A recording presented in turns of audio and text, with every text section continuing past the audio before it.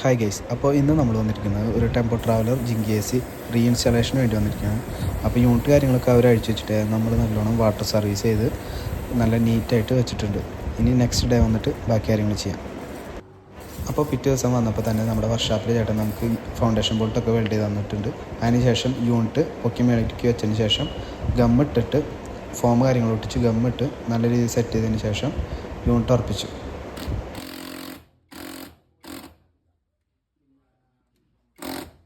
Foundation bolt എല്ലാം മുറിക്കിയതിന് ശേഷം നമ്മൾ ഉള്ളിൽ നിന്ന് പുറത്തുനിന്ന് ഇതേപോലെ നല്ല രീതിയിൽ ഗമ്മിട്ട് കൊടുക്കും.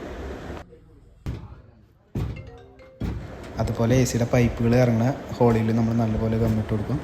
അതിനുശേഷം എ സിയുടെ പൈപ്പ് ടച്ച് ചെയ്യുന്ന ഭാഗത്തെല്ലാം നല്ല രീതിയിൽ പാക്കിങ് ചെയ്ത് കൊടുക്കണം. ഇതാണ് കറൻ്റ് നമ്മുടെ വണ്ടിയുടെ ഉള്ളിലത്തെ കണ്ടീഷൻ. അപ്പോൾ ഗ്യാസ് കാര്യങ്ങളെല്ലാം കയറ്റിയപ്പോൾ എല്ലാം കൂളിംഗ് ആയിട്ടുണ്ട്.